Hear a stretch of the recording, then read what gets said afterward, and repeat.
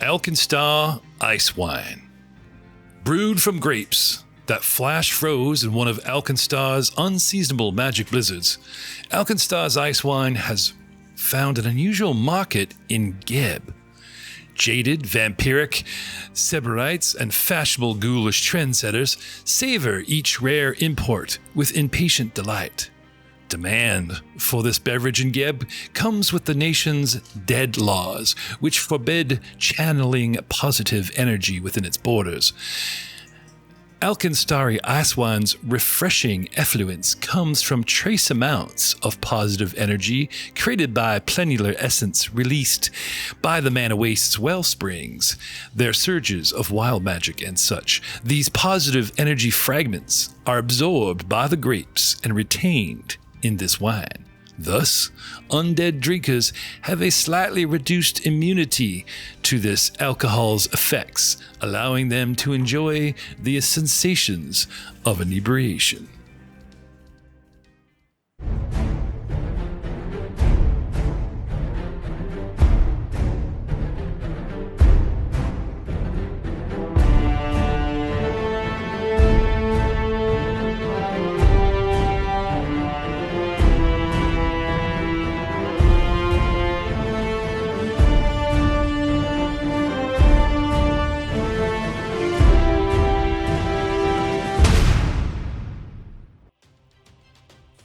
Hello, everyone, and welcome to another exciting episode of the All Guns No Glory podcast. I am GM Jeff, your host and Dungeon Master. Oh, sorry, not supposed to say that, especially with the ARC license.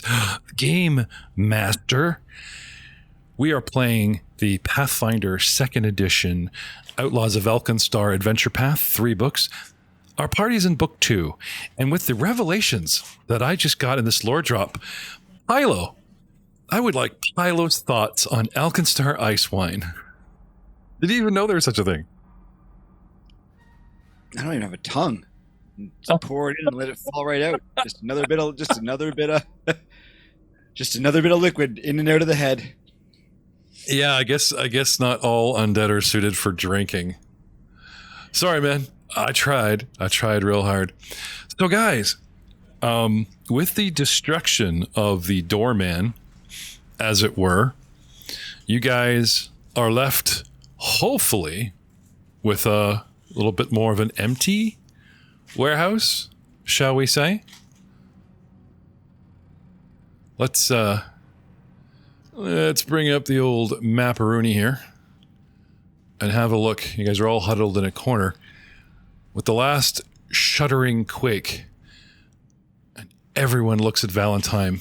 You remember that scene in the very first Men in Black, where Will Smith starts stepping on bugs and then looking at the giant alien bug, asking if they're related? I'm kind of wondering if every time a construct, dies, does Valentine lose his wings? Is there any kind of connection? Do you have any family? No. No. These constructs mean nothing to me.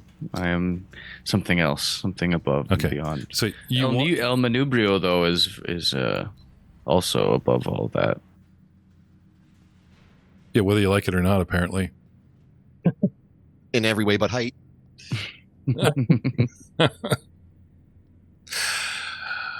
So, fellas, what do you want to do next? Are there any other rooms to search in the shop? There is a door to our north. Yeah, we didn't do much searching in the room with Sweep, because We also didn't do any searching in this room because we came in and then got shot at, and I think there's so we need to search both the rooms. So let's lick all the doorknobs. Okay. Get to licking.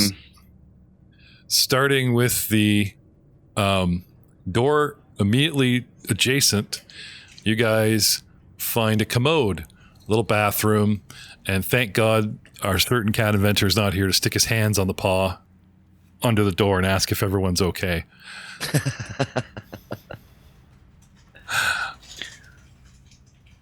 Oh, true story. It actually happened. There's a clip of it. I really hope there is no more constructs waiting behind any of these doors.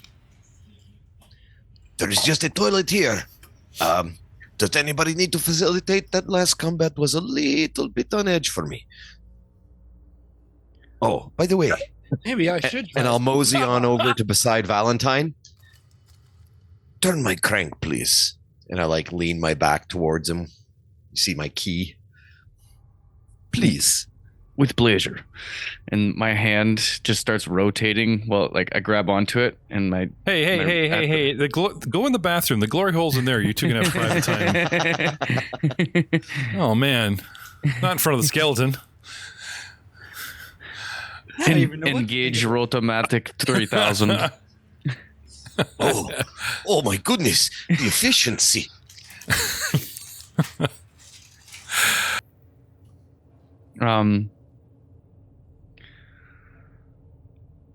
I think we're just vamping after a battle, and then we're gonna search. All right. Can I have perception checks and a good 20 minutes a room? Sometimes you got to do 20 minutes in a room just to get a raw perception check. They don't do that take 10, take 20 thing anymore,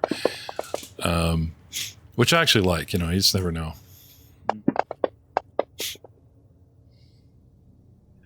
All right.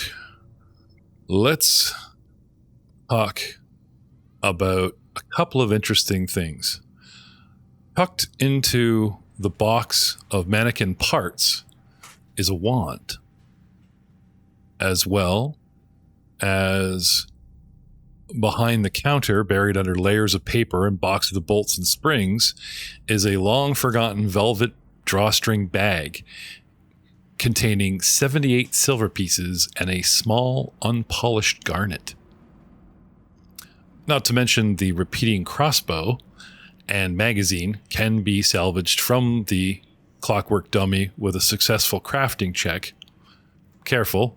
Crit fail that sucker and you'll break it trying to pull it apart from its attached, cyborg, as it were. I will initiate said crafting check. All right. DC. Let me see if I can have a go at this. This you can do open. The DC's 15, which means as long as you don't roll 5 or lower and critically fail, or a natural 1, you don't break it on us. 13.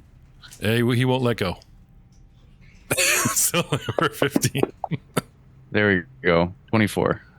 Okay. I'm going to nail your feet to the floor as a slight penalty for that roll as opposed to hand waving it. So Valentine's going to be busy for a little bit. Anybody want to have a look at this wand and party loot? I guess I better pull up the party sheet. It's all yours now. And to the inventory. Let's put some interesting stuff. Poof, there we go. While they start searching, Andrus will take the time to kind of patch up Charwin here if you'll let him.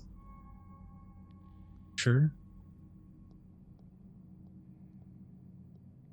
Okay. You use the human hand, not the mechanical one, please. But I need the implements. I need the help. All right, just prepare me. I bet it's cold. Just look the other way. It'll be better for you, anyways.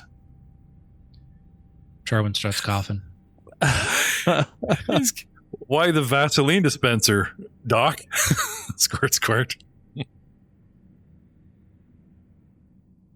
You're right, Matt. I really can't contain myself. I don't know how I'm going to do a brand new show and actually try to do it seriously and lore. I think serious is overrated anyways, Jeff. I know, but still, I would like to have an honest go, not burn so much mic time like I'm doing now. So, Andreas, you good to target your friend, not foe? Let me help you out here. There you go. Let's feel the power of love and healing. So these guys are occupied. That actually leaves Pilo. Oh, man. All these guys. I'm going to go talk to Sweet Pup. Has he been fixed up by Andreas? No, he got interrupted. He needed an hour to make a key, and you guys were like 5 minutes later, got in a ruckus in a room. So right. Cleric barely got started. Sweet Pup sitting on his little table over there. You know what? Just because it's there, I will go into the little washroom there. I'm just going to take a look down and be like, wonder what's down there. I'm not going to go in there, but I'll search in the holes just to see. Okay. Search in the toilet. Why not? I'm glad he did. Not that you find anything, but some modules, they're just kind of like, if someone takes the time to A, they will be rewarded by finding B, especially if you find a bunch of mile treasure, like the really good stuff. Anyway, I'm not saying you're sticking your hand in anything. And I will say that your decent perception roll in the tower. 2, 3. You want a decent? We want to roll in the tower now? I do. You want it? You stuck your face in there. Let's have a perception roll. In the tower it goes. Okay. Down the hole. You do see a broken and long spilled out bottle of AlkenStarian ice wine, but other than that, no one wants that stuff anyway. Nothing in here, guys. I'm not gonna come walking back out, and that's about all I got to do right now. I guess I'll cast Detect Magic as well, just see if there's anything else that kind of pokes in the room. Sure. Healing. How'd you do there, Charwin and Dr. Cold Hands? So we managed to patch him back up for 10 points of healing on a 23 for the check. It's just a regular success. Andreas has 7 wounds, 52 current hit points. Blaster Valentine is 24 and 24, not in great shape. El Mambrio, 27 and 27 wounds and hit points left, not in great shape. Pilo's not bad at 11 and 35. Sweep Up looks great. Charwin back up to only 7 wounds and 41 hit points. Do you want to do any healing? And while you're rolling, I'll tell about the little ping that Pilo gets as he detects the faint tingle of magic. So unfortunately, I don't have Stitch Fletch, so I can't heal Pilo. You don't worry about that. I'm not too hurt right now. I should be okay. Charwin does. Yeah, I'll get Pilo while he's pinging. Don't use any of them darn mummy parts on me, or the mannequin parts on me. You actually use real bones, okay? Those mannequin parts don't fit right. All right, you get what you get.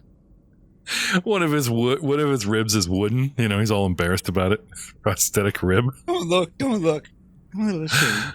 So embarrassing. One of my bony fingers. Have you guys seen the metal finger that Jinx has in Arcane, the Netflix series? No. Her middle finger got chopped off, and she's got a metal finger, and it slowly crank. It's good. You can see that. Critical success for you, Pilo. Man, you do know how to put me back together the best, don't you? I knew you were my best friend for a reason. 19. Ooh-wee. Here you go. Watch this, and I jump up and down a few times and not one bone rattles. Perfect, like it should be. All of his gear and coins hit the floor, but he's in good shape. Do you guys want to do a round of medicine checks? Andreas, do you have the spells and medicine to patch up the boys? No, I'd have to re-prepare mending for the constructs, unless you can just heal me. We were getting into that, how they can just take positive energy heals, or you can use medicine without additional feats. Medicine as well, yeah. Any way you can heal like any other living creature, I can be healed that way. I don't know about Speigler, but that works like that for me. I'm curious, Eric. Did you pull mending out of a feat description, or did you pull mending out of a guess from a spell? No, Neth is somewhere. So I was looking up how to heal constructs and undead, and it's harm and mending are the 2 spells. Okay.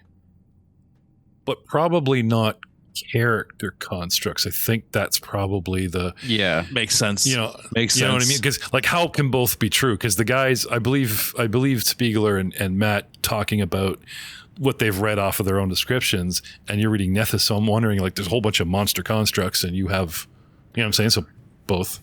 But considering his deity, right? Considering his deity is Bry, I feel like we should almost get a +1 circumstance bonus to the heals.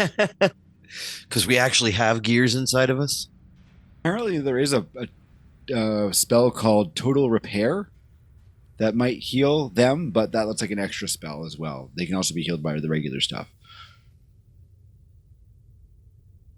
One might argue, Speigler, that since she is the goddess of invention and innovation and has nothing to do with actual live souls and spirits that have been Frankensteined into said machines, you might die each time just a little bit more he touches you with a cold goddess that specifically likes machinery and not enhanced constructs that are players. So be careful what you wish for, my friend. But nice try. You got to hand it to him, Still +1 because no. I could have asked for. I could have said +5. Yeah, it's not any better or worse, dude. Blaster Valentine needs some hit points. El Mambrio needs some hit points. Boys, if you've got spells or if you've got medicine, take your 10 minutes. Target those suckers while I deal with Troy's magical ping. How does one close one eye sockets? Do your eye sockets just like the light dim a little bit? No, Half lit? Is there a way? Just a hand over it. Yeah, I've got to close one up here. I got to rest. And he puts the limp wrist over his eyes. Well, when I'm winking at guys, it's just a little bit of a whoop, whoop, hand over, hand off. Quick, that's pretty good. You don't see me. Look at that. All right. You detect magic that isn't the stationary, what you've gotten used to with party gear. Mm-hmm. Some of it might belong to little L, but the table where we're like, found this, and you guys know better not to touch it until everyone, wait, it's cursed, type of thing. So there's a bag of loot with opal sitting there for everyone to inspect with all their skills. There's the wand, radiates decent magic and draws your attention. I wonder what kind of magic's coming out of this thing. Do you need an identify spell, or what would I do to try to help identify what it is? Let me just have a look at the actual wand here. Where'd we go? Everyone's asking suddenly permission to move their minis. Okay, hey, stop it. Trying to look stuff up. Stop looking around. Where are we here? Where'd my wand go? It's a map of AlkenStar. Shuffle, shuffle, shuffle. Here we go. A wand of something. Magical, blah, blah, blah. Do you have arcane? Occult. Let me check and see which one is the better of the two. I have occult is much better. Okay. Now I would say that the DC for occult would be higher because this more leans on arcane. My arcane is -1, so it would be better to roll the arcane. Well, you do need to be trained. You can't do untrained checks on identifying items that much. Trained in occult. Okay, let's go. That's fine. Tower or regular? Tower. Yeah, where is it? Ooh. Credit where credit is due. I know the tower rolls are secret, but when dude pulls a nat 20, let's go. Speigler, I haven't loaded those sound bites if you want to have a go with that. Nat 20, let's go. Thank you. A wand of widening. Level 1. Though it's a level 4 item. So with this wand, one can cast a first level spell once per day, plus the overcharge effects. Takes 2 actions. If the spell normally takes 1 action to cast or 3 actions, the spell normally takes 2 actions. You cast the spell and increase its area, adding 5 feet to the radius of a burst that normally has a radius of at least 10 feet. Add 5 feet to the length of a cone or a line that normally has 15 feet long or smaller, or add 10 feet to the length of a larger cone or line. So a 30-foot cone becomes 40. A 30-foot line becomes 40. A 15-foot line or cone only becomes 20. And a very cool wand to have as a mage. Yes. Too bad we don't have a mage. Spells. So the wand will widen the spells for them. Yes. I think it costs an extra action. Well, it has its own action economy. So its activation is casting a spell. So if you're holding the wand up, out, whatever, you don't have to necessarily point it, but you're doing your conductor wand, as long as it's held in one hand, it says, and you cast a spell once a day, The activation takes 2 actions if the spell normally takes 1. 3 if the spell takes 2. So it just adds an action on the end of your spell actions. See, the downfall to that is there are a couple 3-action spells that would greatly benefit from having their area of effect expanded, but you can't use it in conjunction with the wand. Unless you're hasting. What if you're hasted? Because the haste action can only be used to strike or stride. Movement action. Okay. Yeah, so there are a couple things that I'm just like, but Matt does play a 9th level, about to be 10th level sorcerer in our other campaign, so I do defer to his scrolling through Nethys quite a bit. I've used it a few times. It is excellent for fireballs and crashing waves and like the staple DPS spells. Very good. Very, very good. Speaking this wand I've got, and I'm looking at my buddy Charwin, because I know he likes to cast stuff that does things to people. True. Now, what it doesn't say is it doesn't say anything beyond casting a spell. So I'm assuming religious, primal, occult, even your own spells could possibly all use this wand. And it does, as Matt says, scrolling down, supplying the casting of a spell the appropriate level. It's got to be a 1st level spell. The spell must have a casting time of 1 action or 2 actions, cannot have a duration, and must have an area of a burst of at least 10 feet or more.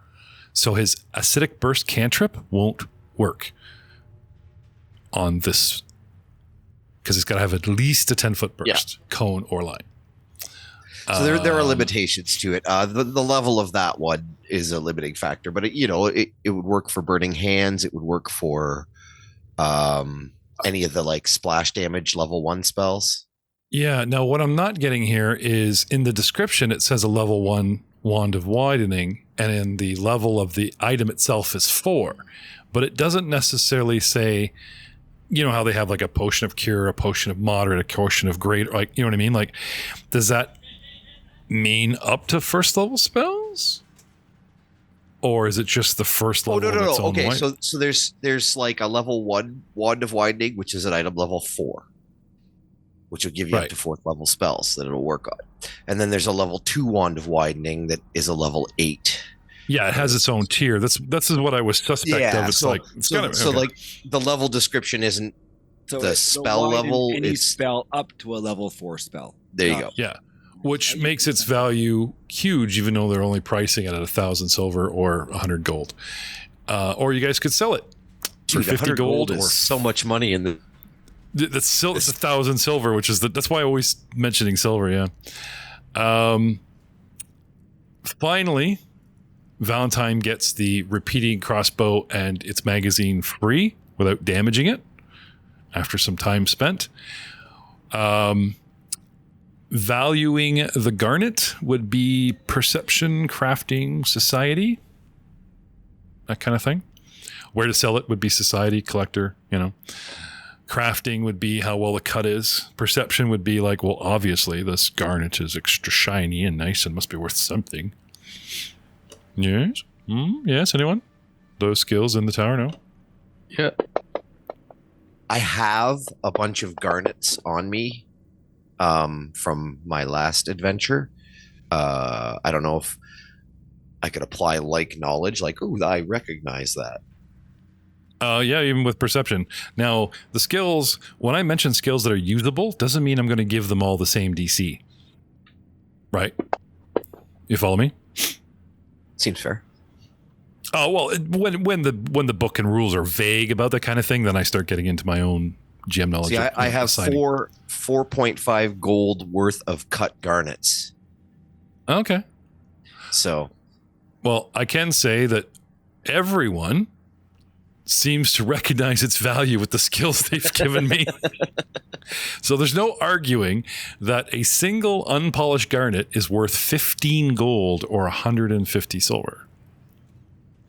What I would suggest you do, Matt, since you're kind of cameo, is keep your loot to yourself, spend it, and and try to be last choice for party loot, because if you leave, you're riding the wand, try to take cash or whatever. I still think you guys should include the cameo guys as a cost, because 5 guys got this loot and we couldn't have got it without the 5th guy, but only 4 guys are sharing the spoils. That doesn't seem the risk and reward balance. So I do want anyone that Aiden, as Oracle before, we were throwing money at him. Anyone that cameos in the show and helps you get treasure, I would like you guys to split the loot, but I would suggest that you give them cash and keep toys to carry through the story, unless you guys just sell something. If you guys don't want a repeating crossbow, anybody? Can anyone use it? I think that's something I can use, but I'm going to stick with my guns. Okay. Does D8. It's repeating, and it's worth 15 gold, which means it's worth like 7 on the market. So, and then there's 78 silver, which we'll get to later. Backtracking through some rooms. What else have we got? We have sweep up. We have...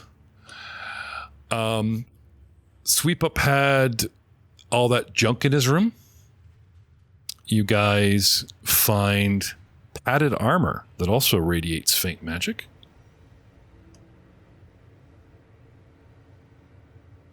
Anybody interesting wearing padded armor? Might suit a druid since he can't wear metal.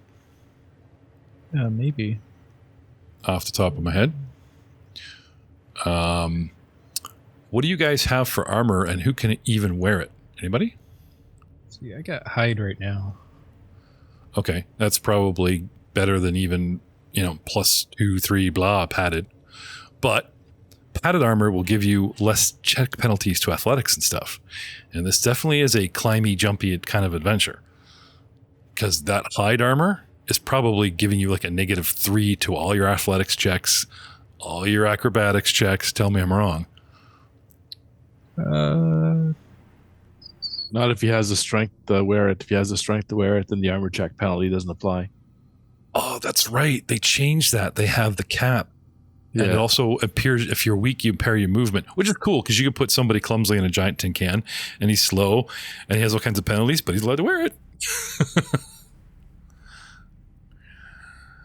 Like putting all the halflings in armor in, like the last Lord of the Rings movie, right? They're all wearing leather and stuff and they all have the little uniforms and not exactly dancing in them, They look good, but they can't move worth shit.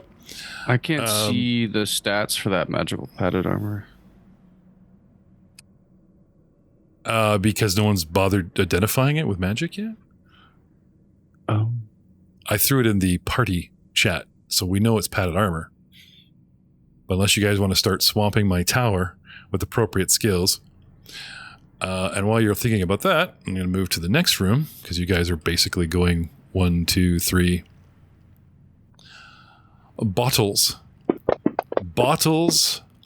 of interesting looking reagents, potions and such. You guys find in the room with all the little mousy trap jaw in the puddle. Several bottles there. I'm going to get you guys to spam me. Actually, give me your best roll. If you got religion, if you've got primal, nature, if you've got occult or arcane, give me 2 of each, and then I will sift through because these items are starting to pile up, and that will save us a bit of time. And while you guys are madly spamming my tower, in the tower, please, I'm just going to El Membrio, do you have any survival skills?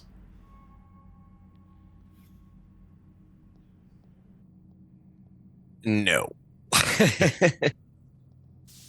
There's a footprint which is just making them melt their brains. What about you, Andreas? Any training in survival?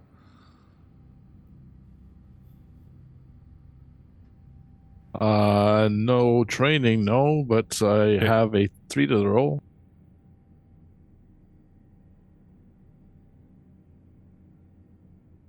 Doesn't technically say train in survival, but if we're looking for tracks, I'm assuming you should be trained in it. It's kind of a given. What about our druid? Any training in survival? Are you a city druid? No, I don't pay attention to that kind of stuff. I don't go outside these gates. It's crazy out there. Are you kidding me? So you can follow tracks untrained. but only via. It'll give you a cardinal direction based off of the sun as to which direction they're going. But yeah, you can't. All right, let's have it. Let's have some survival in the tower, boys. Some quest XP's on the line. You know what I'm saying?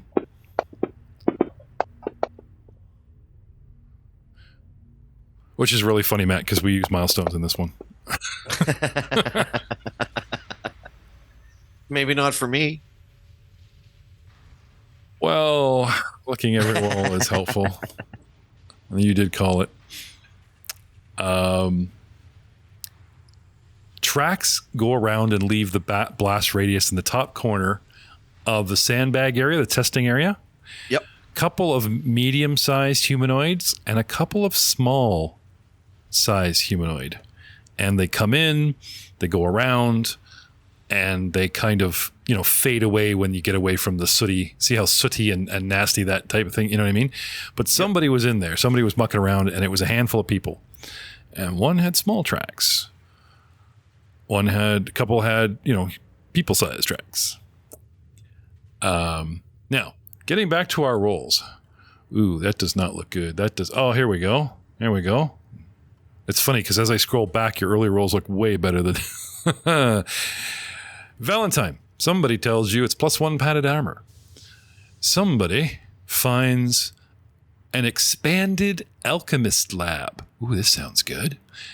You need an alchemist lab to craft alchemical items during downtime. An expanded alchemist lab gives a +1 item bonus to Joe Davis's crafting check when you bring this home to him and give it to his cat inventor and insist the DM allows him to craft items for you in the future because he gets a +1 to do it. That's how useful that. Or you could just sell it, forget about him, for 55 gold and half. Well, he's just having a good time over in the entertainment district right now. Last time you saw him, you were fighting undead with him shoulder to shoulder. A lightning in a bottle, moderate strength, and a moderate universal solvent, both incredibly handy.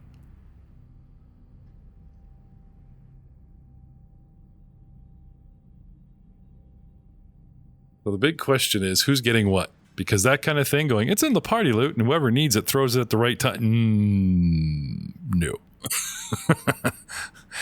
If the guy pinned under the Dracula is the guy with the bottle of lightning, you're going to have to go over and fish out of his pocket and ask the undead to wait a moment. You know what I'm saying? So I am going to want to know eventually, not right now, but very, very soon, who got what. Bottle of lightning might be Speigler's favorite drink, though. We don't know. Should he really hold something when he's a construct of lightning? Or does that worry you? Well, at the boss fight at the end of book 1, when you guys fought the alchemist, he had his own special napalm fire, and he had bottled lightning that he was tossing at you guys from his little statue pedestal. And I do believe most players were very impressed with how you could get electricity bursting out of a bottle, so kind of a neat, handy bomb to have, I guess you could say. This sucker does 2d6 electricity damage and 2 electricity splash damage. Now, in the new rules, they handle splash damage differently, and it would probably be d6 everywhere or 2d6 to everything, because they don't do that adjacent damage anymore in the new rules. And since we've changed you guys over, that means that the second it's in your hands, all your gear magically becomes core gear. Well, my monsters remain. Yeah, I really got to do some reading. So, guys, did you want to search the loft and invade Jeremiah's? I'm a little concerned about that solvent that we got. Universal solvent? Somebody going to super glue us? That sounds scary. Originally formulated as a means of dissolving sovereign glue, this powerful solvent can break almost any adhesive's grip. As universal solvent is particularly effective against sovereign glue, it automatically dissolves sovereign glue. It attempts to counteract any other adhesives, such as Tanglefoot bags, with a counteract modifier depending on the type. So creatures that have a sticky tongue, or you step in a sticky puddle or some kind of trap or whatever, fish it out, get unstuck. If something, you guys walk across some kind of sticky trap, this stuff would be great to at least free one of you. While the rest of you burn and fall through the floor. And so anyway, that being said, I would probably go over to the El Manubrio without really looking directly at him and be like, now, new best friend, my Val wants to go search upstairs in the loft, but you were up there already. Was there anything neat up there, or is it something we should search again? So I'm not looking at you, but I am listening, I promise. I don't think we did a good check up there. I was asking El Manubrio here, because he was up there already. Like, maybe he checked it and found everything. To be honest, I did not really look for much in the way of loot. I was more interested in keeping my friend Jonas safe. Speaking of which, I think I should probably stay around in this area for when he comes back. But while you're here, anything I can help you gentlemen with? It's a mighty fine offer. Thank you very much. Okay. Yeah, we're probably going to go search upstairs. Do you want to come with us? Like, you know this place, it seems, so maybe your help would be beneficial. Certainly, of course. Anything you need. Yeah. Val, you want to go up with Mr. Manubrio, or should I come here with him? You go ahead. I want to try on this padded armor. Ooh, that sounds kind of nice. All right. And up we go. It's like that 80s vest ribbed look, snow coat vest. He's kind of. Can you put it in my inventory? I just want to see if it takes away what it does to my AC anyways. Takes away your dignity? It minuses 1 from my dex, because it's capped at +3 and I have a +4 for dex. But I want to see if I put it on, if my AC is higher or lower, and if it's worth it, right? Yeah. All right. Fair enough. Blaster Valentine. The magic of Fantasy Grounds. Now, if you check for a link in any of the descriptions of our shows, you will find a Fantasy Grounds link affiliate, because Fantasy Grounds has reached out recently and asked us to become an affiliate, which means if you happen to be interested in buying any Fantasy Grounds products, the adventures, the downloads, the ultimate license, or just a general license, if you happen to use our link, we actually get a cut of that profit, which we will immediately turn into more books for more shows. Like, we're saving up our money right now. Patron money and your donations through these links make it possible for us to buy something like the brand new Howl of the Wild core book for the new rules, for the possible new show. Pause for effect. That's how you do it, Matt. You don't just wait for internet glitches.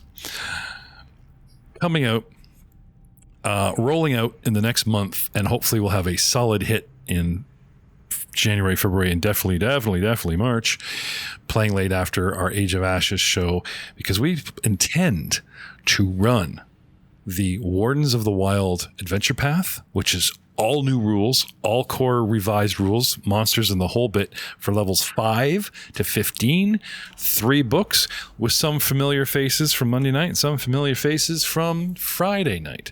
So stay tuned for the big drop of the Wild Allegiance podcast. And now, back to Blaster Valentine, who's trying. It looks good on you. There you go. He's book. There you go, buddy. Equip.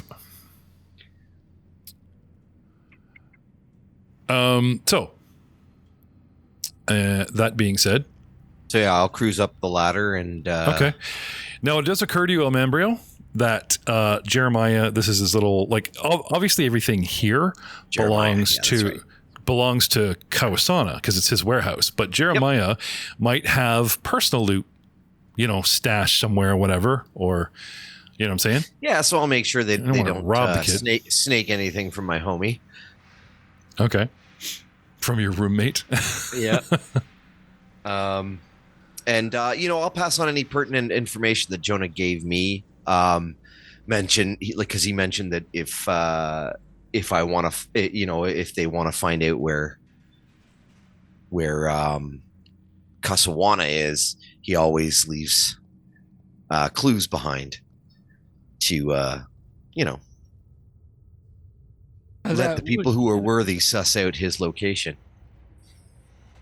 Well, funny you should say that, because you did overhear Jonah talking about crystal clocks, and you've also overheard the party talking about the number 227 constantly coming up, and they're still trying to puzzle out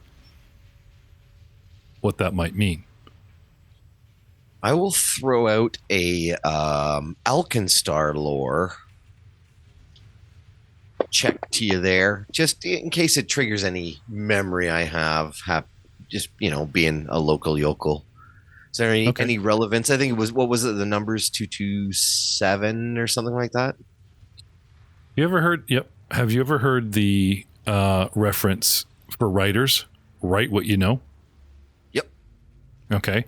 If he was an inventor and a high-ranking member of the Temple of Bry, chances are this has something to do with invention, alchemy, or the religion that is prominent in the man's life. That tracks. 227. And you think it might have to do with the guy's life you're saying there, Mr. Manubrio. So, what if we look in the book of his religion for number 227, like the page or the psalm, and maybe we have to sing it. I don't know. Who has the logic of design that you guys were given? Not to mention Andreas probably has his own little pocket version. I don't know which one. Oh, yeah, definitely you would. Yeah. One of us kept it. Or is it in the party sheet still? I got a cool photo of it. The book Pilo looks... because Pilo can't read it, so... I thought you just kept his armor. That's a thick-looking tome, just dash it in the rib. This will keep them from collapsing because I don't have lugs and organs anymore. You are a walking storage case. Like, you just, whoop, you know what I'm saying? Like yeah.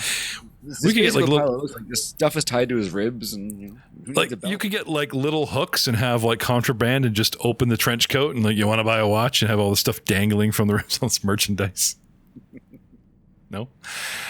All right. Tree at Christmas time. All right. Whomever party member carries the book produces it, as well as Andreas thumbing through his own personal copy. And as you see here on, sorry for the podcast, but if you're seeing on the video, a white porcelain ale mask, gold lips, a gold Batman and Robin style 1960s mask, golden eyebrows, gold trim, the face of the goddess emblazoned on a heavy leather-bound book that is inlaid on corners. You know how they have like the little metal corner nibs? Instead of the corner nibs, they have metal cogs and clocks and an hourglass, all inlaid on this religious tome that reads like stereo instructions. Because I just saw the next Beetlejuice movie. It does read more like instructions and blueprints and this and that. And the interesting fact that you find, Andreas, in your copy, and scooting over to these guys and help them thumb to the page, it's a passage. It's a, John's 42:12, hymns and such. 2.2.7. It's an actual, book of logic, sacred this, 7. In your copy, and there is no page missing, there is an actual 2.2.6 and 2.2.8 printed on the same page.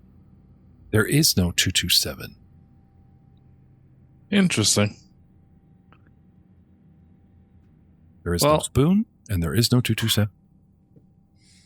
So would while we're all doing that, I guess also Manubrio and I went up to the loft? Should we roll for some searching there, or is that already kind of? Oh, I've got former rolls aplenty from you guys. He's got a lot of junk and spare parts, and storage isn't kind of like, well, I have this extra set of dishes, but there's only 3 and only 2 coffee mugs left, so I'm going to put in a box. Here it is. But it's porcelain. I could use that for something. I have these broken bicycles that don't have chains for the spokes, and one pedal's missing, and the bicycle seat's missing. But that's some tubular metal. I'm going to keep it. Like, it's just junk. Unless you're going to go with scrapyard, I guess you could rob the poor guy blind, take it across the street, and see if your trader guy that had his hand up Valentine's vent would buy some junk off you. But for the lugging and the slugging, for the nickel and diming of profit, not probably worth it for us high polluting, garnet wielding jewel merchants as such we are now. Sounds like a standard garage, really. I was gonna say my ex-mother-in-law's garage. Okay. Full of stuff. So, referring back to the logic of design, 2, the apprenticeship of bronze. Point 2, holy places. Point 6, talking about a certain temple. Why the very temple you're visiting. And point 8, talking about sort of a history of something that like a journey and a shrine and type of thing. But 227 is missing, and it's been not cut out, ripped out, missing page. They've literally printed both copies of your modern, brand new, recently editioned Logic of Design with that passage omitted, if it is a passage at all. But one would think a very logic, number, math-crunching deity would not skip a number in a series. Surely not in their holiest of holy books. No, that's impossible, and this can't be coincidence. This is obviously something that he wanted us to find. Mm-hmm. Now, when you guys did visit the temple without our current Dwarven Cleric of Bry, you guys got a warmish reception. Your benefactor at a certain tavern of the Bullet in the Barrel Saloon set up a meeting with a relatively decent and educated priestess and her lackey, and they talked about a whole bunch of stuff, and you guys get the big spiel, but they would not let you in their secret library. Our charm and possibly the fact that we had an undead with us didn't bode well with our rolls. Now, I'm not saying that they didn't let you in because you had an undead, but there were certainly some light penalties involved for player character choices in that instance. If only we had someone that could possibly level out those penalties, and because they were a little bit more affiliated with the temple or willing to, suck cog to get in where he needs to go. Just saying. What do you guys want to do? I think we should try out that wand. See how fast El Membrio can run. I think it's a terrible idea.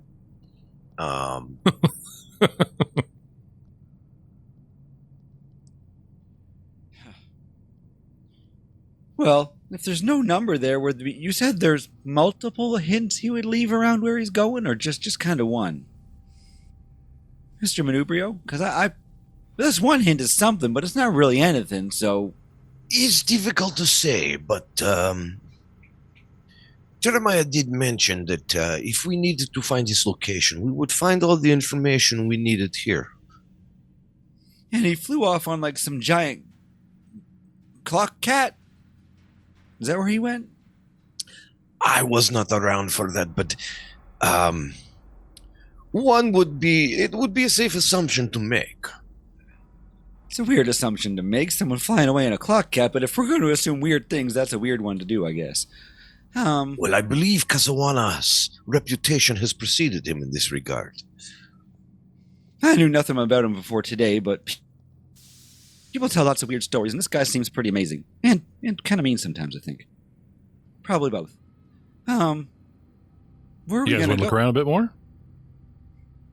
Those footsteps, did we find out where else they went, or did we did the trail go cold? It doesn't necessarily go cold. It's just they're prominent that you're there.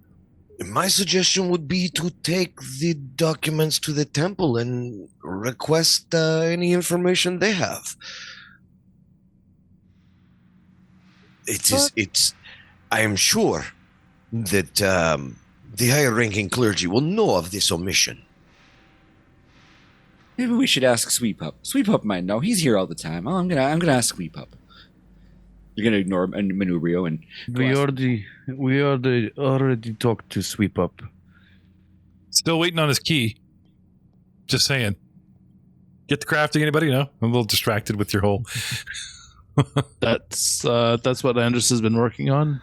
I know. Okay. Sorry, I'm just sticking with you.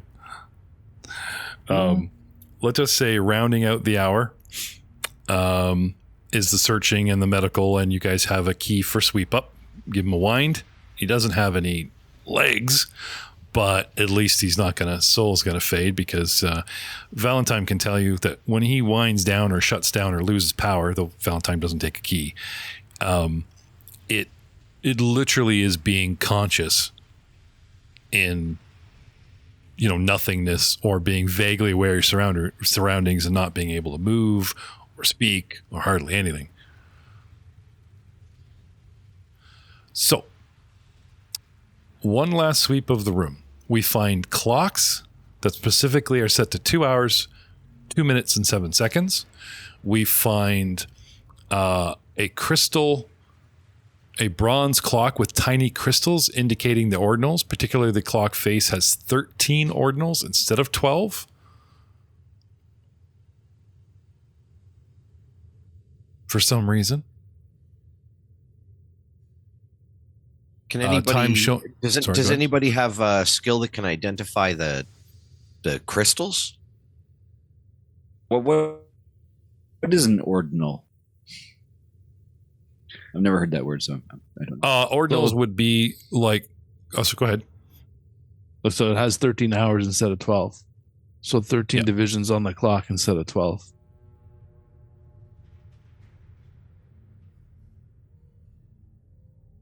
Brylore or crafting? Sure. As a matter of fact, the 13 does have something to do with Brylore, but it's forbidden lore that has to do with concurrent heresy.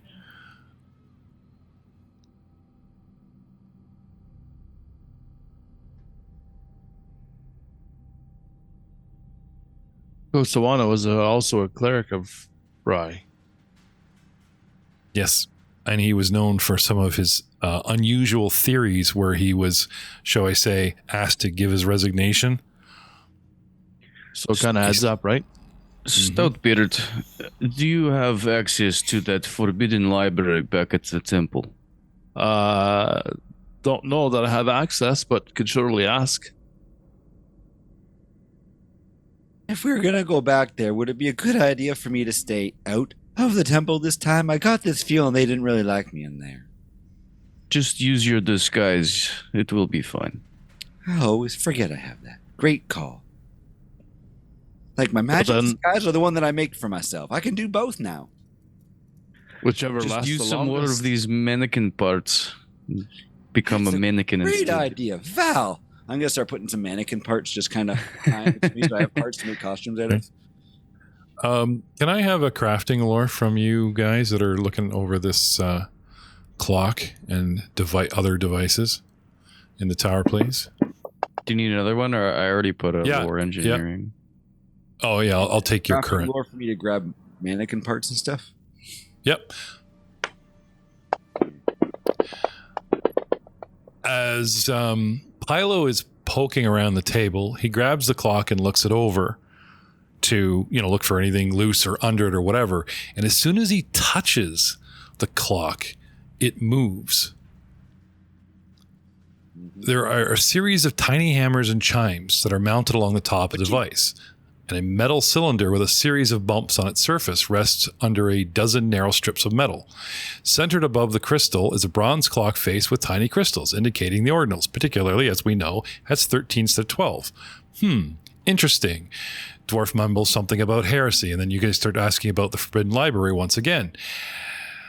The time on the clock shows the progression at the same rate as the actual time of day that you guys reckon. However, when PAIZO picks it up, the metal cylinder begins to rotate, and the hammers strike the chimes in a specific pattern separated by brief pauses that repeats after a pause. 2 chimes, 2 chimes, and then 7. Then, a minute later, it stops and starts up again and does it again. 2 chimes, 2 chimes, and then 7. While inspecting the clock earlier, you guys also notice that the large crystal at its center, that is a conventional movement of springs and gears, there's no apparent way to wind this clock, though it is running. And the main centerpiece is of the purest crystal quartz.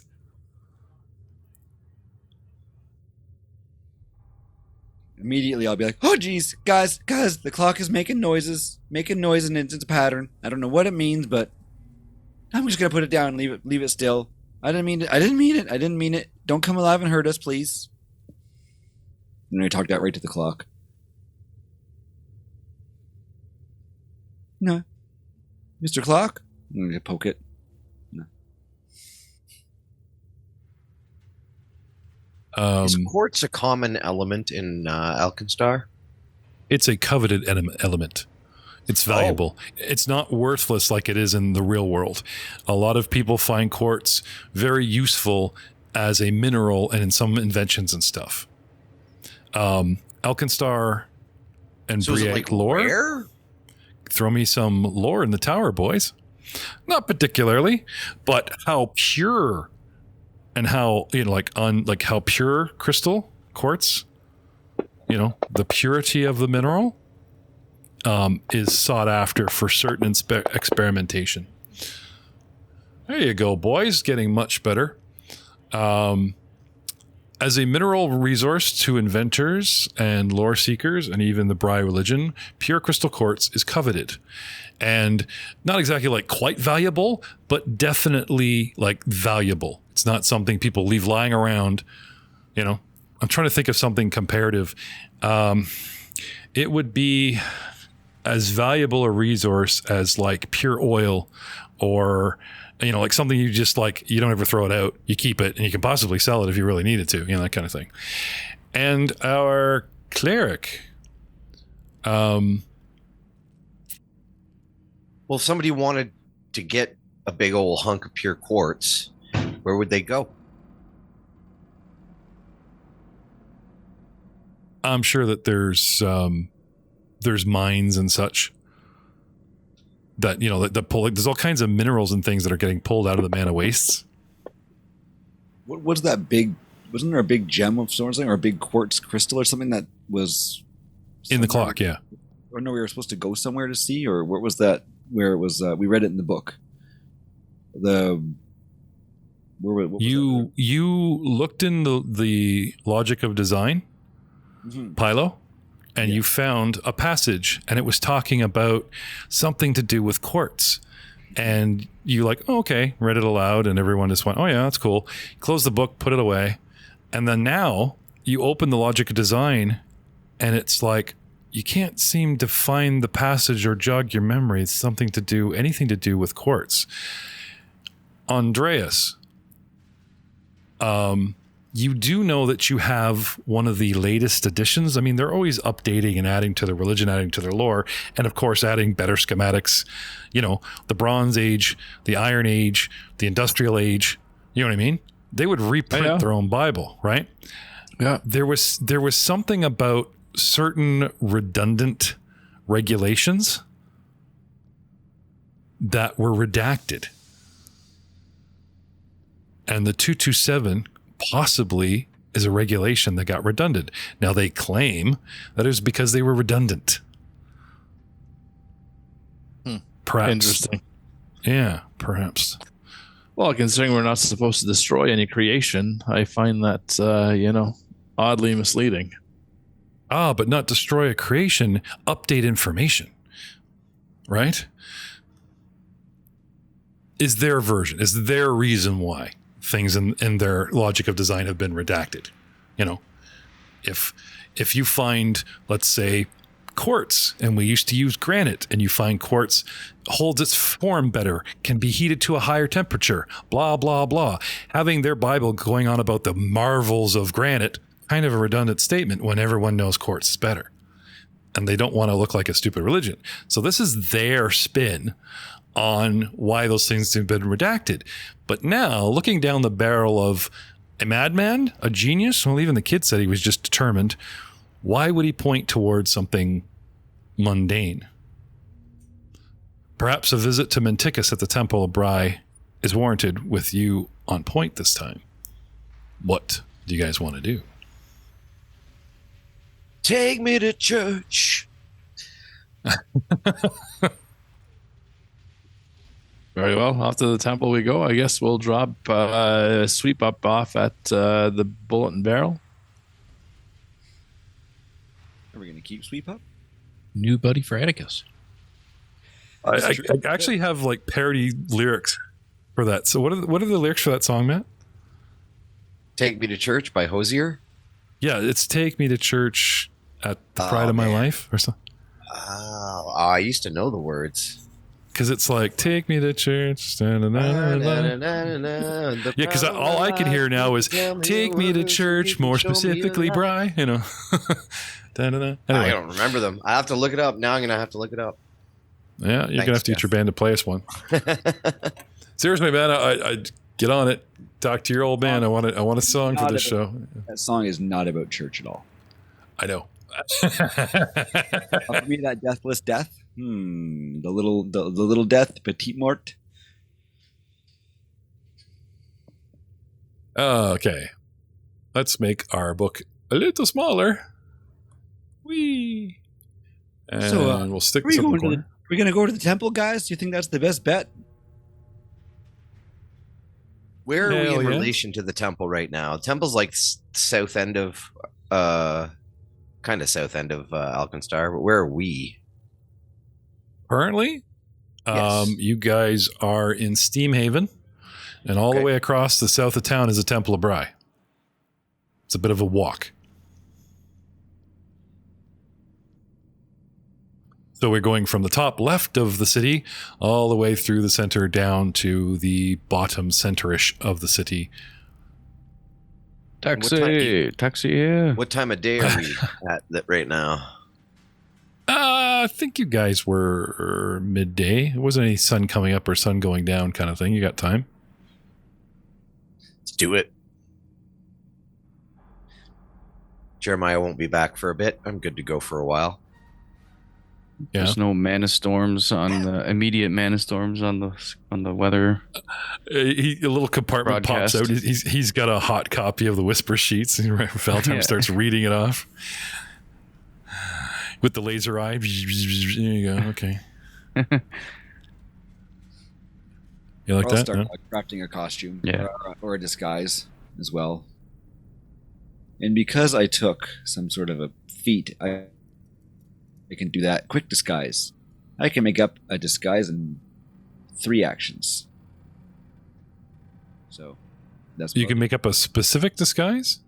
You can just make up a disguise in 3. You can make up just a nice disguise in 3 actions. You can't like impersonate somebody, but oh, sorry, in a minute. Okay. 1 minute. And how long does it Okay. last? It's just a disguise. It's a physical disguise, so it's just on me. So it doesn't. Oh, okay, gotcha. I do have like humanoid disguise as a spell, but that's only 10 minutes. Aha. I will. Oh, he's gonna disguise himself as like a construct. So when we go in the temple, they're like, "Oh, a construct," instead of a skeleton. That's not a bad idea, actually. Well, taking some of the mannequin parts and stuff. Yeah, a mannequin construct.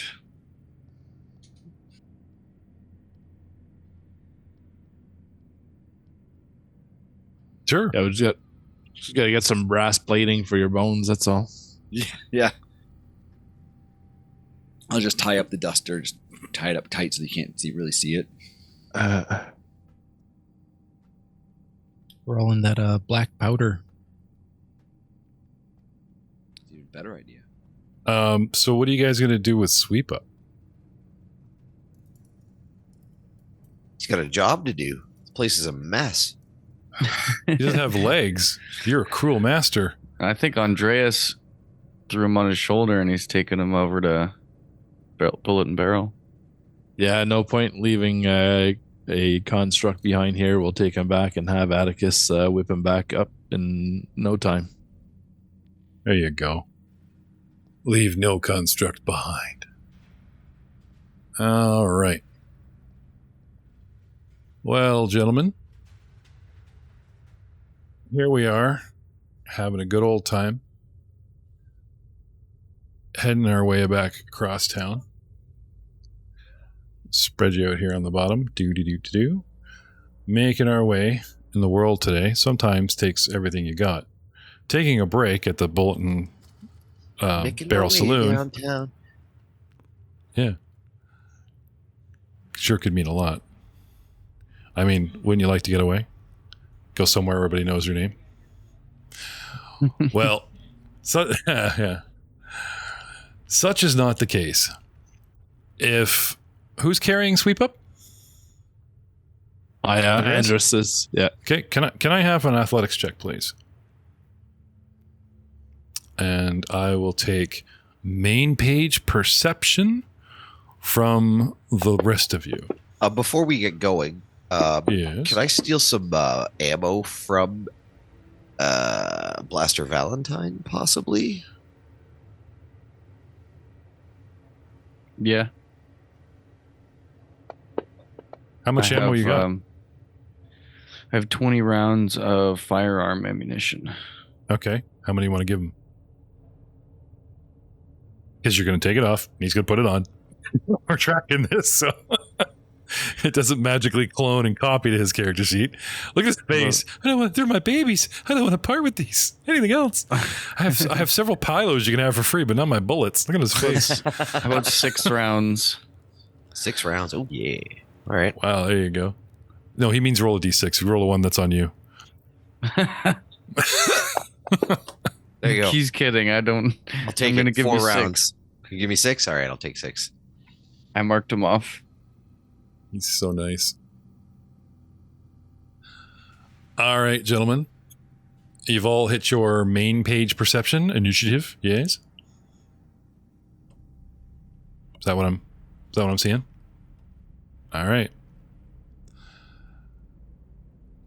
So whether we're followed or it's just a massive stroke of luck, trying to take a shortcut through a park or a winding way where there's streets and some bare grassed areas where you guys could maybe cut across, you suddenly leave a crowded area and are out in the open and spot several goons wearing gold bandanas and carrying gold-plated pistols and other weaponry, gold-trimmed coats, though still patchwork pants, utilitarian boots. They're not well dressed enough to look like anything but some sort of gang. And the money that they may have made from said crimes go into their peculiar looking goggles and their weaponry that seem somewhat gilded. At the top of the initiative order, these guys immediately become hostile, pull weapons as they spot you guys. And in kind, as everyone else just looks like people going about their day, when guys stop and pull weapons and draw beads on you guys, we notice those actions. And at the top of the initiative order, we have El Man, Man Bro. Badass nat 20. Let's go. We got Man Bro. Man Bro. Pylo. El Manubrio. Right. Pylo, get ready. You're on deck. Let's pull up some battle maps, some battle music, because it's battle time. Is it battle time? Yeah. No? All It's right. battle time. It's time. I can do that in 2 moves. But can I move and pull my whip? Is the question. And your whip. Drawing a In the weapon red is still corner. a singular action. In the red corner, standing 2 feet tall, fighting out of West Virginia, it's El Manubrio. Maybe Western Spain. He's got that accent, right? Where are you from, Em? I'm local. Okay. Local-ish. All right. All right, so I'm going to 2 movement actions, putting myself off to the side. I will draw my whip on the way. Imagine a corridor of tiled paved stonework that is 25 feet wide and a crosshatch pattern of a double upside down cross. So they are at an intersection, which is the bottom of the map, heading north 20 feet, which immediately becomes another worn down, patchy, grass sodded 25 by 25 intersection, and Almubrio crosses into that northern one and then veers, strafes to the right, leaving 3 targets open and guns for the guy on the right, which is handgunner 2. That is correct, sir. And you do what? And that's my turn. Double move and draw my whip. All right, which brings us to PAIZO. Andreas Stoutbeard, you're on deck. Get ready, PAIZO. What do you want to do? Oh man, not another bunch of fights. We're getting our butts kicked here, but I have something that can help us. And I'm gonna look over where's the character notes here? Where are our notes, guys? We write and stuff. I can't find those anymore. Where you write where you were writing your notes and stuff there, Andrew? Oh, right side under player, right under where you find your characters, actually. Where you can click to bring up your characters. Oh, it's right side now. Sorry. Yeah. Yeah, called player notes. There we go. I just made Charwin's blog party knowledge, if that helps you. The Secrets of Charwin. What were you looking for specifically? Just his blog? You got it. We're good. Nope. I have a little note of my own that I made for something, but I don't see it there. Okay. I'm gonna look at these guys and go, oh, okay, and I will cast Animate Dead, which it gives me 30 feet from where I am, so however far I can move, or however far, 30 feet to the closest guy. Okay. What is that? What level of guy do you get? I get a level 1 character, but I can't find which would I have available to me with level 1. So there we are. What I'll probably get is a plague zombie. Yeah. Step right up. Hey, look, El. Remember those plague zombies that you fought?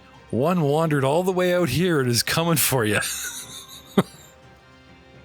One just You look, and then you look again. One just comes crawling out of the ground. Oh no! Might want to say he's with you. I am cursed. Do you want to ping where you want to place that guy there? Where is PAIZO? 5? I'm just going to scroll. Sorry, it's hard to see the squares. 5, 10, 15, 20, 25, 30. I guess it would be right here. Closest to 10, one of the bad 15, guys. 20, 25, 30. Still straight ahead of you, like straight line towards the closest dude. Straight up. Yep. Okay. Also a buffer between me and them as well, so that we can't get to me. And then that's a 3-action spell, but when I cast it, I do get to actually do my 2 actions for the creature as well. So Okay. I have 25 feet, 15, 20, 25, 30. 30 feet's here. 5, 10, 15, 20, 25. I don't think I can get anywhere close enough to actually hit him. So I will pop the zombie out, then move the zombie this full amount as well. So. Okay. So 5, 10, 15, 20, 25, 30. Put some here. And he can shamble forward what? 25, I believe it says here. Okay. Yep. Oh, 25. Jeff, actually, haha. Sorry. I apologize. I just found an ability I have called Swaggering Initiative. You swagger first.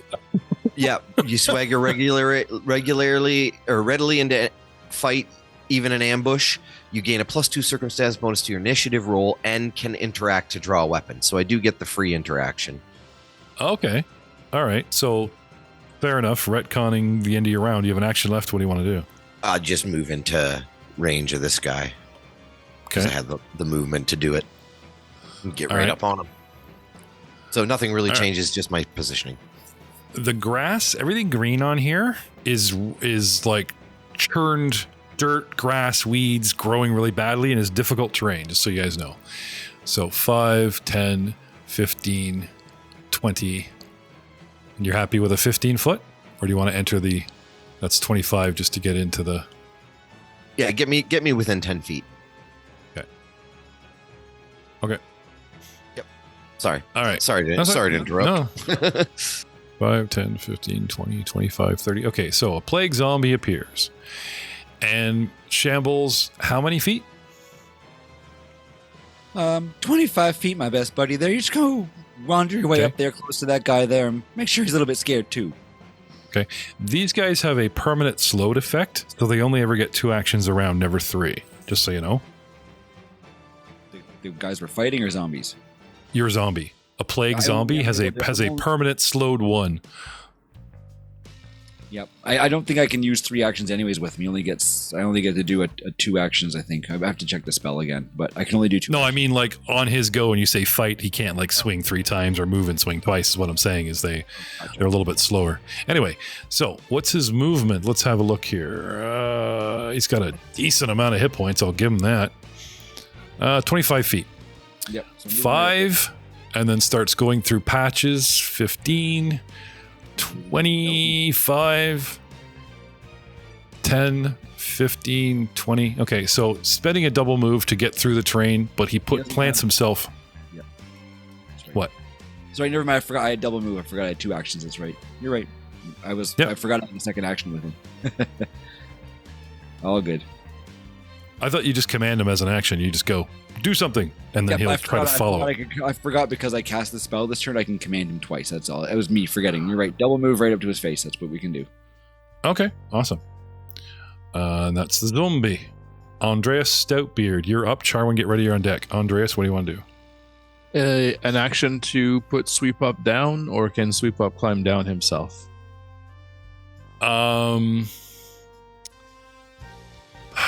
It's up to you. If you want to place him, you can drop him like a weapon for free and he goes bounce. You know, sorry, buddy. We're in combat. If you want to toss him on the grass. Okay, but then he's not going to do anything until his turn, which is not down to 17. So if he's like, get off, and you could be halfway in combat before he starts trying and climb down you. So. No, that's fair. So then, like a weapon, as I put him down, can I draw my hammer on the way up for 1 action? Like okay. I'm swapping? You'd have to secure him. So I would allow you like you're just carrying him over your shoulder or whatever. If you want to secure him on your body like gear and pull a weapon, you know, like put it, like just flip him in your hammer holster, you know, kind of like Chewbacca and 3PO. I'll let you do that. Like he's a, you know. Okay. Because you're not like then, a swap action means swapping, not taught like placing and then, you know what I mean? Like that's specific to. Yeah, that's fair. So I will take 1 action to put sweep up down. Stay here, little guy. 1 action to draw my hammer. 1 action to raise my shield. With my devoted guardian ability, I'm going to make Blaster Valentine my ward, so he gets a +1 to his AC as well. And that's my turn. Can you cast that spell? And I'll target him for you, just so he has that. Not a spell, just an ability. When I raise my shield, I have 1 person that's adjacent to me that I can give a +1 bonus to their AC. Oh, I gotcha. Okay. And that's you? I just put a +1 in the misc category for my armor class. Sure. I can just minus it or take it away. But you got to take that out if you move or he moves, just so you know. As soon as he moves or you moves from the 2 of you, like you got to hug the cleric now. Otherwise you lose that bonus. Oh, okay. That's not a duration thing. It's a him being adjacent thing, just so you know. I don't mind you doing that. That's very handy for our numbers, but just so you know. Okay. Charwin. Right. These guys are pretty far. I will cast my focus spell, Rising Surf. Basically, I ride up on a wave and I get to go 35 feet. And difficult terrain, I'm 5 feet above the ground on this wave, so difficult terrain does not affect me, usually. Cool. All right. So let's go 35 feet forward. Okay. Whoosh. Pipeline. Yeah, he starts playing pipeline. Sorry, go ahead. Sadly, that still puts me out of range, I think, for both of them. Yep. So I will...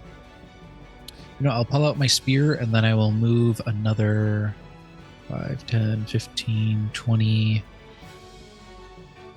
I'll go right in between them, kind of 25 feet. So more to the north, kind of splitting the two gunners a little bit. So I'm both within 10 feet of them. Okay, sorry. So you go 5, 10, 15, 20, 25, 30, 35 for free, right? And now you're done with your wave? Right, so now you're on foot again? Yes. And you want to go straight forward through that terrain? I was... Yeah, let's go straight through it. That'll be fine. 5, 15, 25. It's kind of splitting out. It's small, I'll give it to you. 15, 20, 25. What's your movement? I think it's actually 25. Okay. Yeah, 25. Okay, that puts you 15 feet away from each guy. Good enough. Yep. Okay. And then Blaster Valentine. One thing, though, one correction. Sorry, I see that we still have the Bless effect on us. Bless is no longer active. Oh. Good thing you noticed that now. Yeah, no, that's fair. I appreciate your honesty, boys.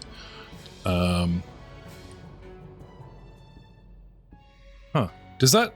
I'm just wondering if this runs out like with so many rounds, but I guess it just stays on there until we manually take it off. I thought it had a clock on it where I could dose so many rounds of combat and then the bless would just run out automatically. It does in game, but it doesn't on necessarily fantasy rounds. Take note, FGU. Fix that for me, will you? Thank you. All right. Valentine. So my Into the Fray activates and I pull out my weapons and I can stride for free for my first action.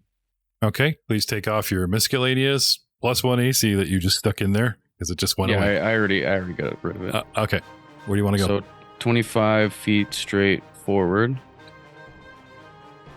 5, yeah. 10, 20, 30, 40. So yeah, they're within the range of my pistol. Who do you want to target specifically? I can do it. Okay. So, shooting between Charwin and Little L, your open guy on the right. Yep. Okay. Have at us. And I rolled an add 1. Oh, well, luckily for you, we don't have names. Costing you your last action because you still had an action left. You fire and you just cannot believe how the sun glints off their weapon. It distracts you. You want one for your very own, and then you realize you just burned 2 seconds of your round, and you're like, oh crap. So that's you. I had 3 actions because I was able to move for free. With my you could stride. It's a free move? Yeah. Okay. So I have 1 action left. Sure. And I will shoot I guess... Gotta reload. I gotta reload. And I guess that's what I'll do is reload. You're ready for next round. All right. The gunners. I am going to retreat a little bit here. So he's going to go 10, 20 feet back and open fire on the zombie that's attacking my friend.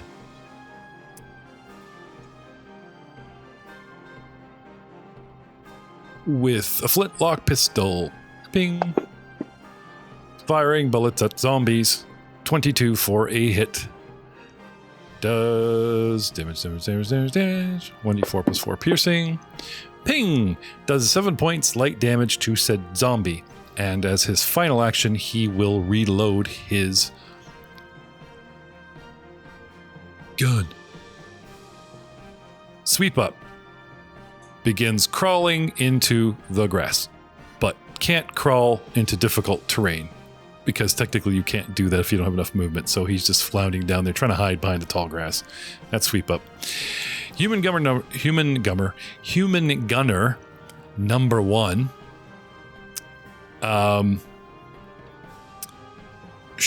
Takes a step back as an action and just unloads his pistol right into the face of the same zombie.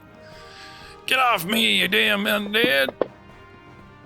With a hit of an 18, and also does 1d4 plus 4 damage, does 6 light, moderately wounding the zombie, and spends his last action not reloading, but moving further back. 5, 10, 15, 20, to put as much distance from the nasty, pustule, plague-looking undead that tracked him down so quickly. He puts a little distance. But his gun is technically unloaded. Human gunner number 2 also backs up 5, 10, and then goes 5 more, and then 10 feet into the bush, spreading out a little bit wider as a single action, and he is going to shoot. Let's see, odd or even, Charwin? Let's do even. Okay. And L, pick your dice. What's your favorite dice, little L? D12. D12. 12. Even. My target is Charwin, yes? You said even? Yep. Okay. Drawing a bead on. Now, these pistols, just so we don't have any confudery, have a 40-foot range. So as long as I'm within 30 feet of you, or within 40 feet, no penalties yet. Just in case that's churning in your brains. They actually do have the room to move a little bit. And we fire at the Charwin. And we get to 25, and we hit the Charwin. And then we hurt the Charwin with a D4. 5 points of damage to Charwin. For flashy guns that make a lot of noise and sparkle, they don't do an awful lot of damage unless they get a really good hit on you. Anyway, I move, I shoot, I reload. And that's the last gunner. We're getting peppered out here. Better get hammered. L. I don't know. That's a very personal thing. Personally, I would rather be hammered than peppered, but that's just me. I'm going to move, staying out of the bushes, so I'll move a step over to the west direction and then straight up.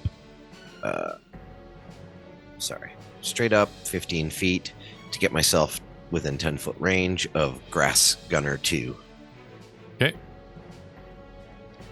And it's Gilded Gunner. Hey, Grass Gunner. He's Grass Gunner now. I will trip him. Oh, here we go. Oh, I failed. Automatically selected. I will try to trip him again. Okay. Make that your second dice.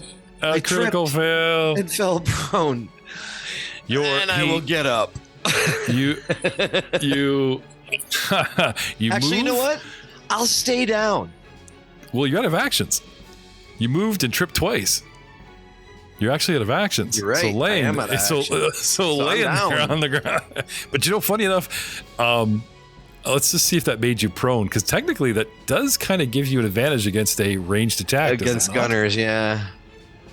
It doesn't say I'm prone. It just says, oh, wait, I have a button where I can resolve shit. So maybe it'll... No, it didn't do anything.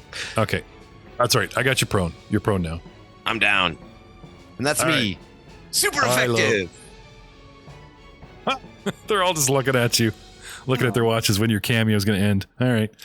Pylo, Jesus, you are up. And your plague zombies on deck. What do you want to do? I'll use my one of my actions to send my zombie 25 feet forward, which I think will get him right to that gunner here.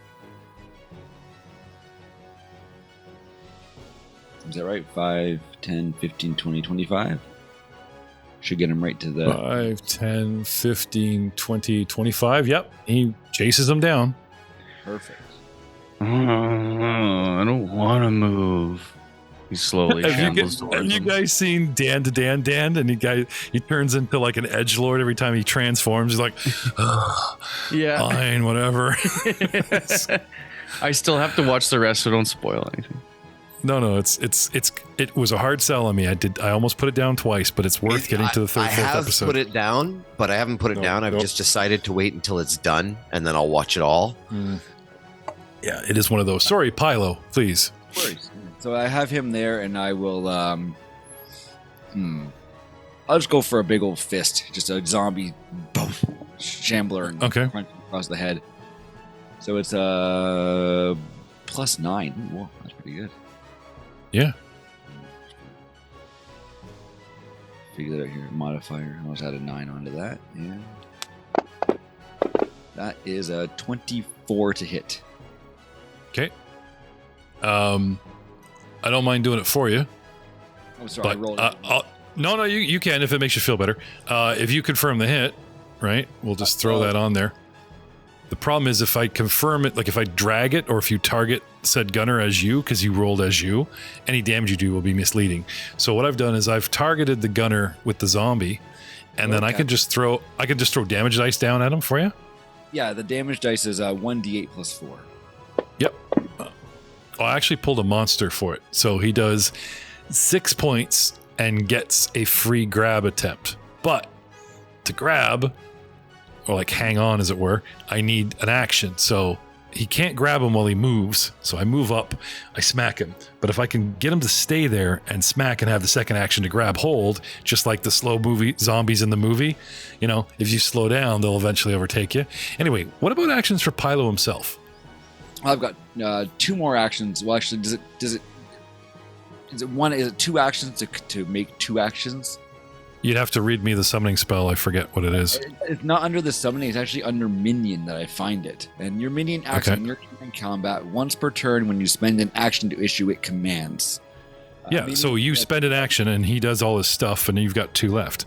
Okay, so minion only has 2 actions. All right, sounds good. So he does have the 2 actions that can be used with that.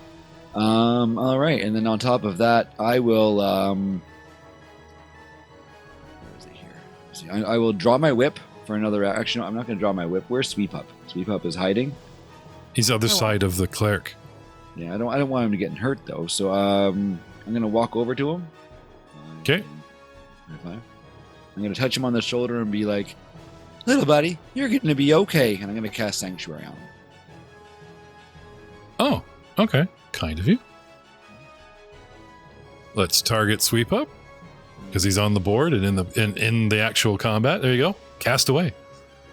I don't really know how to... There we go. I guess there we go. Success. I love your undead dice that bleed skulls and powder, and damn, that's nasty looking.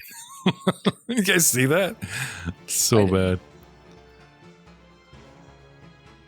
Success. Pylo Hughes successfully casts save on Sweep Up. Yeah. So he can't take any... you ward a creature with protective energy that deters enemy attacks.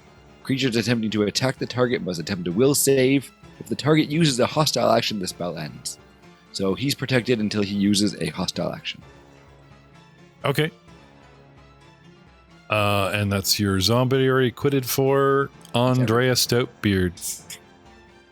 What's a 2-action spell, right? So you're done? Actually, you know what? I can't because of Sanctuary's 2 action that I moved. I can't do that. My mistake. And it's a touch. Oh. Okay. So, I will move over to him. And then, We'll leave the spell on him for now, but you could say you do it next round? we'll see how the round is playing out. But I'll leave it for now. And, you know what I'm going to do? I'm going to actually do Inspire Courage. No, Competence, Courage. Inspire Courage. which is gives him a +1 status bonus to attack rolls, damage rolls, and saves within a 60-foot emanation of me.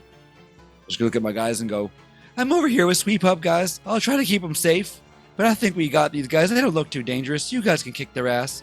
I'm gonna stay back here with Sweep Up for now. Okay. And that'll give them up. Inspire courage to all of I'll target everybody. Are they all within 60 feet of me? No. Whoever's within 60 feet is +1. I would have to pull up. Where is the second here? If you target L, he's 75, so no. So Charwin probably. If you check Charwin, he's 65, so also no. So blast. Your words mean nothing to me. So what you want to do is not move so far over. You know what I mean? Like if we're having to retcon, like you had to think you would move and then touch him, you can't, which means you don't necessarily have to move so far, and you could tighten up your movement so that you could at least get Charwin. How's that sound? Yep, perfect. Just move the square in front of me if you had enough movement. Yeah. Square in front of Andreas here at the bottom of the map. Yeah, that's actually a pretty good spot right here. Yeah. Just pinged it Where were you? Over here? I have more than enough movement, yeah. It was only 10 feet to get, or 20 feet to Oh, get. okay. Okay. Either way, I would be fine. So that would maybe 50. How far am I from Manubrio now? 70? Still too far.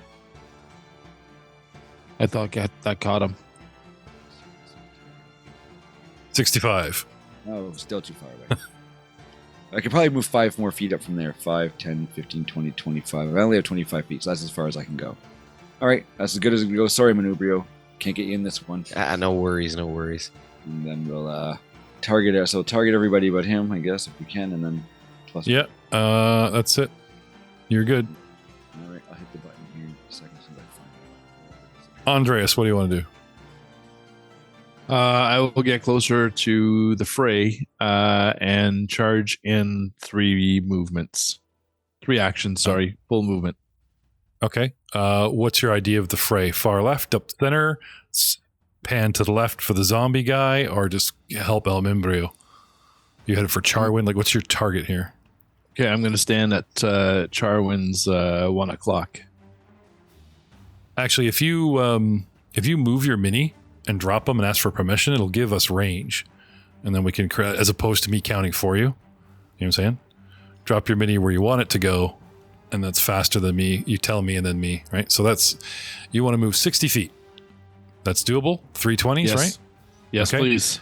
And that just zooms you right up there. Foof. Okay. And that's me. If Okay. you take your full action for movement, you can give yourself a lot more by running. If you're spending 3 actions on movement just to get forward, but you want to go further than that, you do actually get more if you spend your entire round running. Well, how much more?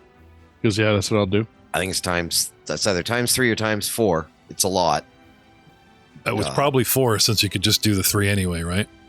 Yeah. I'm guessing it would give him another 20 feet. You want to look up running while he does that? I'm doing that right now. Also, I want you to look up how he slows down. Can he stop, or does he need to break 20 feet off the map to slow his roll, or can he just stop dead? That's the important part. Let's talk to Charwin while that's going on. When running, you move 5 times your normal speed if wearing medium, light, or no armor. 4 times if wearing heavy armor or carrying a heavy load. So 4 times. He gets 4 times. Okay. But how does he stop the next round? That's my question. That's as far as he can run in that round. I know, but next round, does he need to spend an action slowing, which means he must commit it to movement? Does not say anything about that. No. Okay, well, look in the new rules. Because that's what I would do. It's like, run all you want, but you're going to burn an action slowing down. You know what I mean? Anyway, the only other thing I can think of is, well, you could spend 2 actions ramping up and 2 actions ramping down so that you do end your movement. What? So, unless you have a feat, 3 times your speed for running. So, yeah, it really doesn't make any difference for him at all because he's wearing heavy armor. Yeah, but there's feats that will allow it in the future, so that's cool. Yeah, okay. yeah. There's a feat you can take that'll give him an extra 20 feet. Yeah. Go ahead, Eric. No, and then even then, if I'm gonna have to spend an action to slow down next round, then I won't do that because I'm just looking to gain like 15 feet of movement. So I'll just wait and use an action. Yeah, next the turn penalty you face for running is it denies your dex bonus to AC. That's what I'm not gonna smack you with that, but just the way the rules have been reading lately, I wouldn't be surprised. You know, I've had that a couple with some of my Friday rules lawyers. They read most of it and they go, yeah, it's this. And I'm like, no, let's go back and read that. It's like, oh, and crit, oh, different, oh, fail, and and then that type of thing. So I would anyway, Charwin. Yeah, so we'll move up to the northeast 25 feet, giving me 10 feet away from gunner number 2 to his west. Yep. And I will attack him with my spear.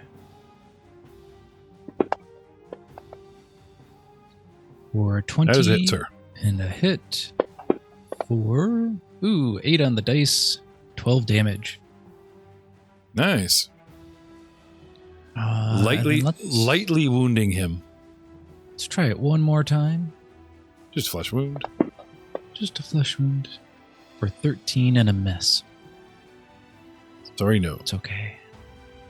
Brings And us that's to me. last Valentine. That is me. I can see all my teammates heading towards Human Gunner 2, so I'm going to change targets to Human Gunner 3. Yep. Okay, done and done. And I will move 25 feet towards him. Okay. Avoiding You the want to drag? I was going to say drag your mini towards him, and then you'll. 25. Okay. There you go.